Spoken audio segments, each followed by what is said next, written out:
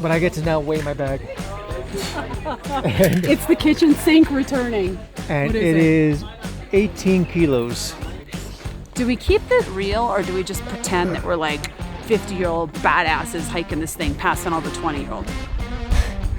We told him if anything happens to us, we love him, and that go find Avalon somewhere in Pittsburgh because she'll know what to do.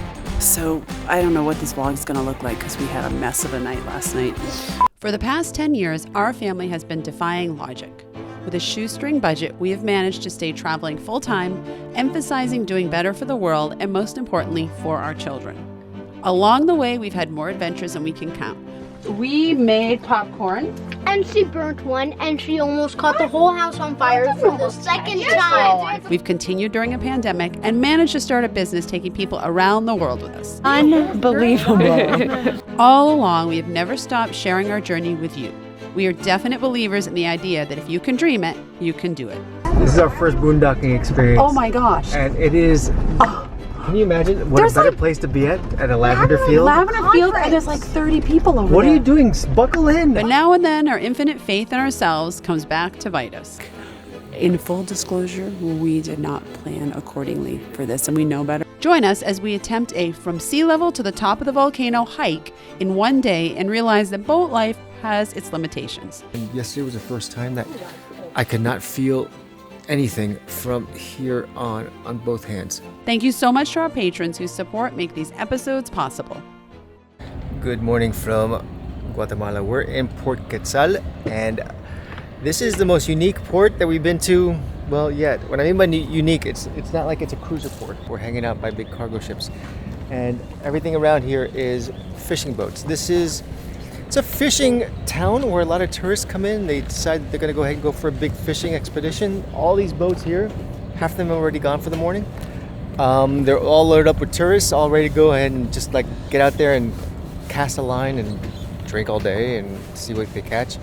And what's also interesting right now is right back here, you can see all of this like contraption of like conveyor belts and who knows what up there. This is a coal transfer facility too. So we have not just into a cargo ship area, but we're in a coal transfer area. And this boat right over here, can you see that? This boat right over here, they are going to, I think they're going to be delivered coal, which means pretty soon this whole thing's going to turn on and there's going to be coal flying everywhere. This boat is going to be covered in coal dust. It's not exciting, to be honest with you. We just cleaned the boat. So, you know what? This is life on the boat end. And we have ourselves one thing to do, not freak out. Yes. Oh, hi. We're going to have a little bit of a dusting today. I just heard. Yeah. And your hair is going to be Cold. It's going to turn from pink to black. To black. I can't even get upset because I feel like the few times we've paid someone to clean the boat, which is like, what, 4 times, if that? 4 times maybe? Every time we've done that, there's been something that's come in the air like a half an hour later. So yesterday we had the outside of the boat clean. It looks beautiful. And now we've got the coal truck coming. But I'm going to be positive and just hope that it doesn't happen. But it's, I don't know, 8,000 times the size of us. And the fact, like, realistically, for it to not leak even a little bit of coal dust is unrealistic. So Will's going to wash it again after. We're going to wash it again. And then we're going to wash our dishes. What else are we going to do? I don't know.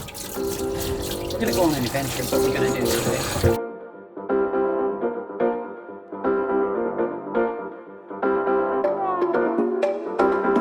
It is 4:15 in the morning and we are leaving our boat here in Guatemala. We're leaving it for the evening. We're going on an adventure. We're gonna go for an overnight hike over at a volcano, and we have to catch several modes of transportation to get there. We're a little bit tired, but we'll survive. I cannot believe how well lit up this dock is. Well, I think it's because they're still doing the coal over there. This is such an operation, guys. I thought this would take 20 minutes. Has it been like 2 days now? It's been a long time. Now, rumor had it is that when you're here in this marina and the wind's blowing the wrong way, your boat, your white boat, becomes a grayish black boat from all the coal on it. The wind is going in our favor. Of course, we're not sailing right now. Well, you said maybe we should be sailing right now because the wind is actually perfect. Oh, we're challenged in that area, I guess.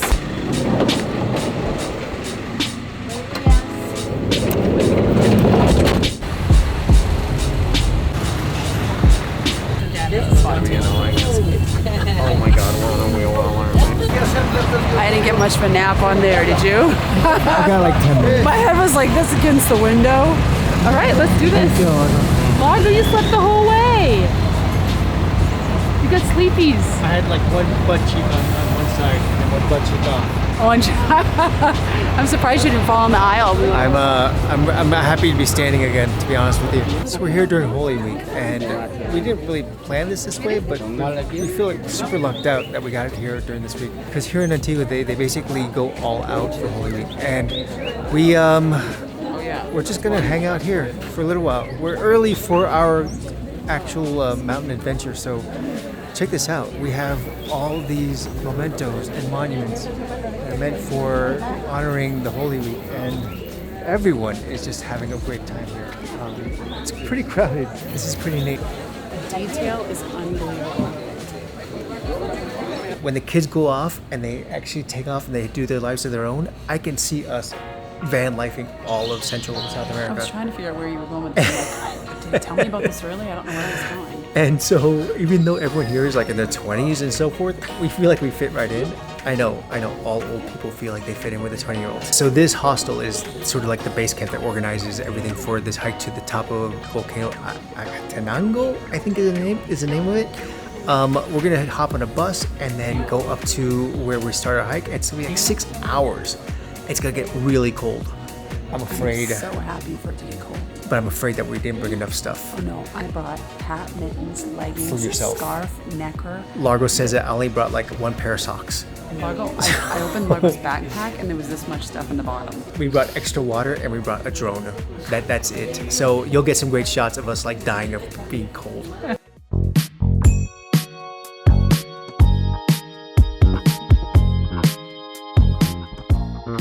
So we just got here now and we're just assembling and getting into position.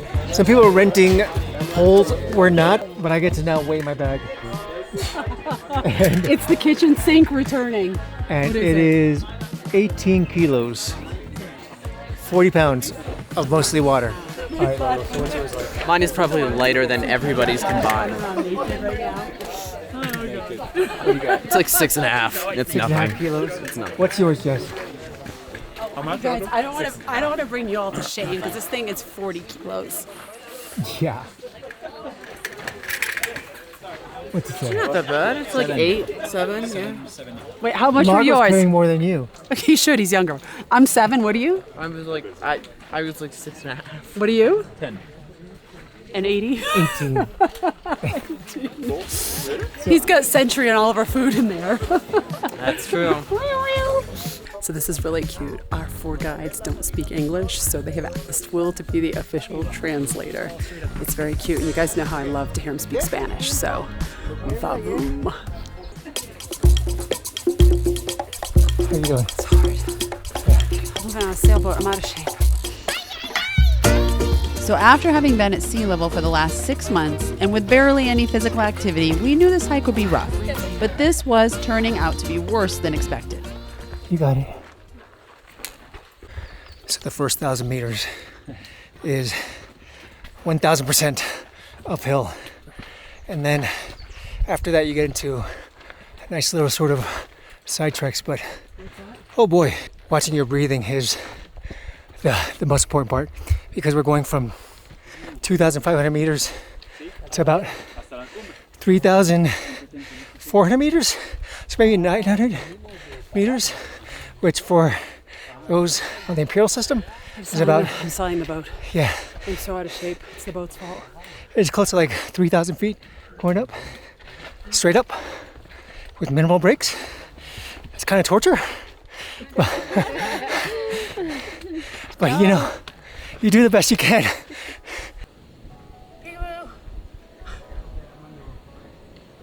It's just my way of taking a break. This is hard stuff. So we've just crossed over the 10,000 feet level. We're close to the part of the hike where it starts getting flatter. I mean, instead of like a 15 to 20% grade up, it'll be like about maybe a 10 to 15% grade up. And at certain parts of this thing, it's been really like a 20 to 30% grade. On the boat, there is very little opportunity to go ahead and get yourself into something like this. It's making me realize that we just don't stay active enough on the boat. We don't do enough exercise on the boat. I'm starting to realize that we're not in the shape that we used to be in. It seems to be kind of slipping with these running shoes. All right. Anyway, enough with this self-negative talk. Let's take a moment to enjoy what we have, which is the smell of pine trees. And there's a little doggy over there, and the doggy's actually really cute. He's been following us all around, and he's been finding all the patches in the sun, so that when we get to him, and you sort of pet him, you have almost like a nice little warm blanket to get to. Look at this. Hi, doggy. Hi. You're really warm, aren't you? You're so nice. I'm stomping an awful lot. Compared to who? Tingling up. Compared to this dog right here. There you go. This is his first break. Listen, this dog has had so many breaks. He sprints to slow down. And now doggy's passing you. I know. And now doggy's going ahead of you. You're shaming me with the dog. I'm dog shaming you. If Century was here, she'd be shaming the dog. If Century was you, she would stay with you. You think so? She'd probably ride on my Century shoulders. would definitely stay with you. There's Because no Century way. loves you. There's no way Century's gonna do this. And our guide, who is one of the 4 guides that is for the group, who's now become our personal guide, he's super badass. Because now he's our personal guide. We love you. I promise you we're good people. Hola. Hola. Ask him how many people he's seen cry on this trail. ¿Cuántos gentes lloran? ¿Mana? ¿Cuántas gentes tú has visto lloran? Muchos. Muchos. Oh, okay, me I almost did, but I didn't. He said basically he's gone up about 120 times in 2 years, and he's seen a lot of people cry on this thing. So I'm King es muy fuerte. See that? He says you're really strong. Oh my gosh, yes. No, he's talking about the dog. Oh, the dog. Hola, ¿cómo estás? I know it's hard, isn't it? I know. I hear you. That's me going up and down. Me. Hi. Oh my gosh, we're friends. And we have to get out of here before the wolves come out, because he says that there's a pack of like 6 wolves hanging out here. And as much as there's never been an attack on a hiker. No, that's not what he said. He said they come after the slow female. with No, pink hair. he did not say that. But there's always room for a first. All right, I got a comment, guys. Do we keep this? Do we keep this shit real, or do we just pretend that we're like 50-year-old badasses hiking this thing, passing all the 20-year-olds? What do you want? You want real? How long? We can't change it now. Listen, if it's real, it's gonna be a really long vlog.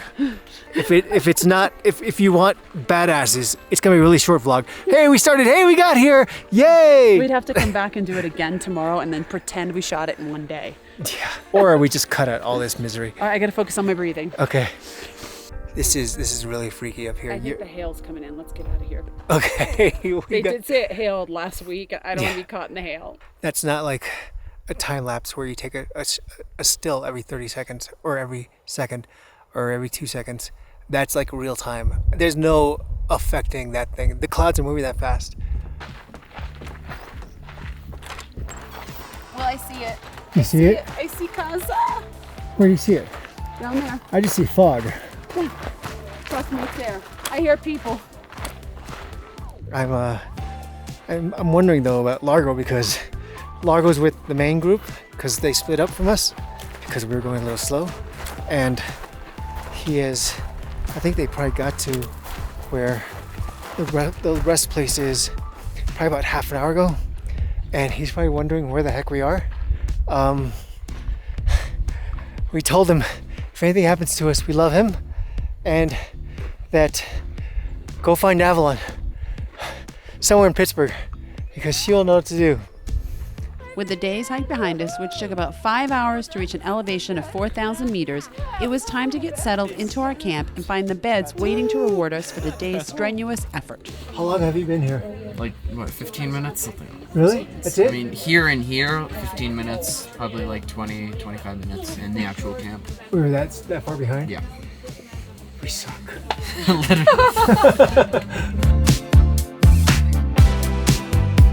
As we settled into our camp for the evening atop the Acatenango Volcano, we were rewarded with constant activity from Fuego, an active volcano across the valley. And yes, it was 100% astonishing. My gosh. Okay, so this is us at a volcano after we went on our worst hike ever. The hardest hike we've ever done. However, it's kind of worth it. It was worth it. I don't know if I'm gonna be able to walk tomorrow. Yeah, well, tomorrow's another day. We live for the We moment. gotta get down tomorrow, and that's the thing.